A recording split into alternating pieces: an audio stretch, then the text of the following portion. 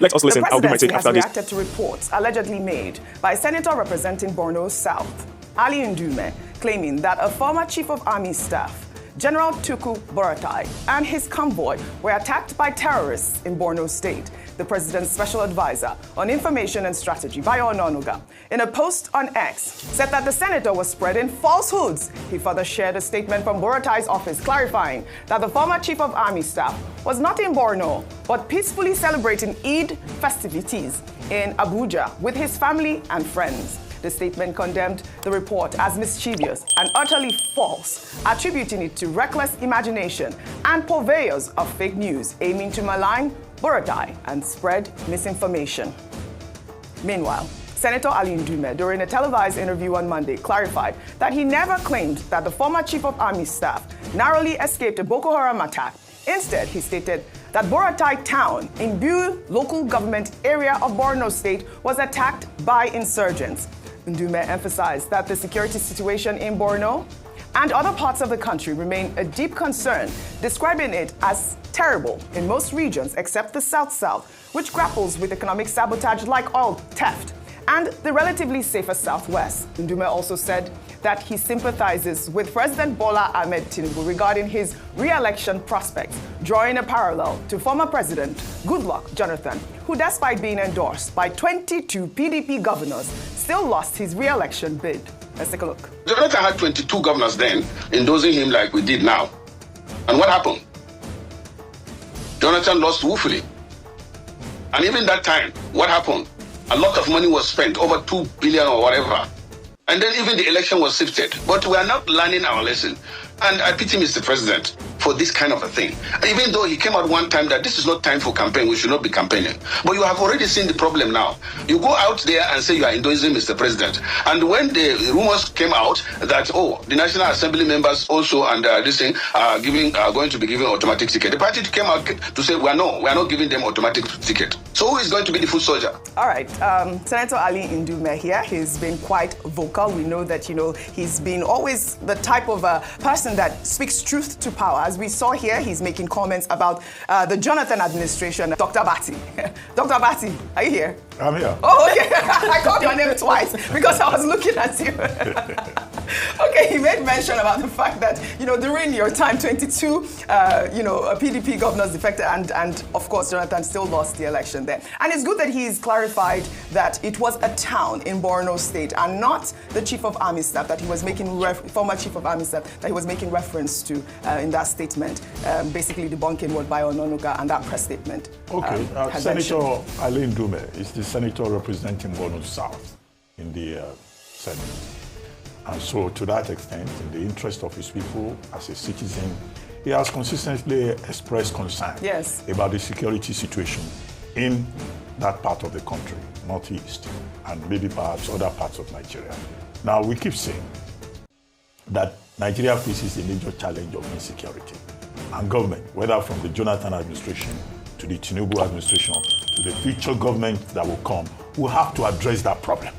Because the security of this environment we call Nigeria is very important. Now, there's a disagreement between him and the presidency about the details of what he said. Now he has now walked back that statement to say, where he didn't say Senator General Buratai was attacked, but that, insurgents are still operating in the northeast. Our concern is that whether it's the northeast or the middle belt or the south-south or the northwest, Nigerians deserve to be able to sleep at home with their two eyes closed and wake up the following morning and enjoy the privileges of the right to life and right to the dignity of the human person. As I said earlier, the Tinubu administration should see these criticisms as, wake-up calls that the battle is not yet over until it is over, and there is a lot more that needs to be done. But the caveat is that the Tinubu administration did not create the problem. The problem is over, 2 decades old. But every administration that comes in has to deal with it.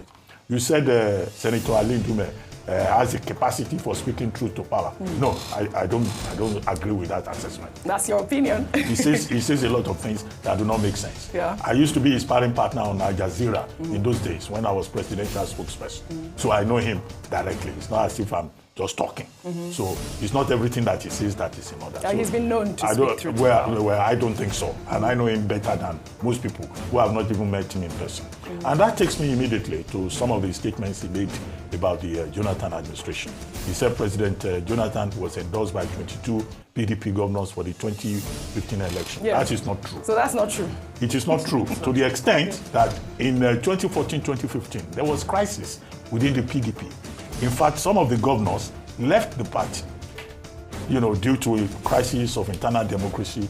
The governor of Kano left, the governor of Kwara left, senators, about 13 of them left, members of the House of Reps, some of them also left, the Sokoto governor left, the Rivers governor left. They now joined the APC at that time to form what they called the new PDP, which merged into the APC. So President Tinubu at that time didn't have members of the opposition from the APC or the CPC or the ACN dissolving into the PDP. So that's the fact, and that's something to look at. The second thing is that the objective conditions are totally different.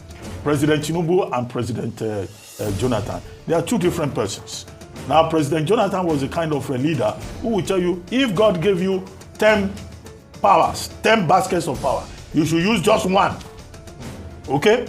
But, President Tinubu probably has a different temperament. He has been saying anybody that wants to leave any opposition party where they have lost their life jackets are welcome into the All Progressives Congress. So, in other words, at that time also, you had a combination between President Buhari, who was a folk hero in the Northwest, and you had President Tinubu as he is now, with a lot of grassroots support. And the two forces coming together, and then northern elements saying they wanted power to return to the north.